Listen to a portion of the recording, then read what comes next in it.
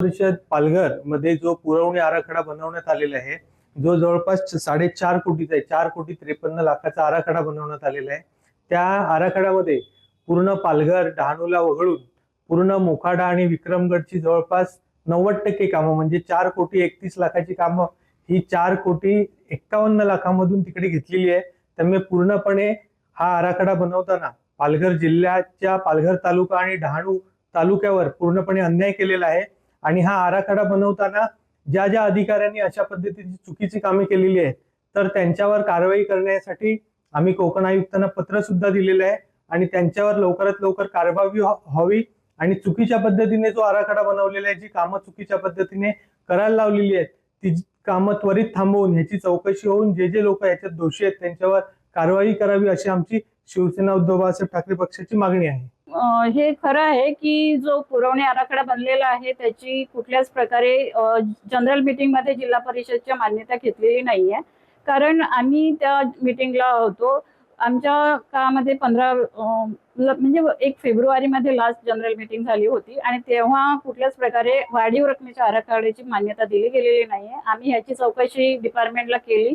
त्यांनी आम्हाला काहीतरी चातुर्मातुर उत्तरं देऊन सांगितलं की झालं असेल, माहिती नसेल वगैरे वगैरे असं. परंतु आम्ही डिपार्टमेंटला ह्या विषयी तक्रार केलेली आहे आणि त्याची कसून चौकशी व्हावी आणि दोषींवरती कारवाई व्हावी इतकीच आमची इच्छा आहे.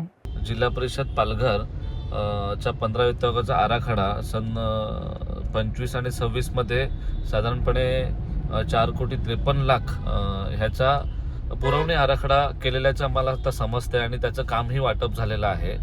पण हा पुरवणी आराखडा याची मंजुरी म्हणजे आमची जिल्हा परिषदची टर्म संपण्याच्या अगोदर 17 फेब्रुवारी 2025ला एक शेवटची सभा झाली होती, सर्वसाधारण सभा.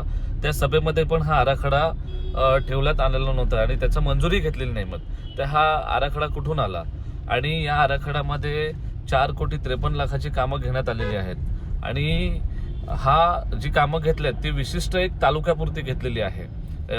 मला असं वाटतंय का हा जो आराखडा बनवलेला आहे तो तत्कालीन जिल्हा परिषद अध्यक्ष यांच्या दबावाखाली येऊन केलेला आहे आणि पूर्णपणे ह्याच्यामध्ये मोठा भ्रष्टाचार झालेला आहे आणि ह्याची योग्य ती चौकशी झाली पाहिजे आणि चौकशी करून योग्य ती जे काही दोषी असतील त्याच्यावरती कारवाई केली पाहिजे.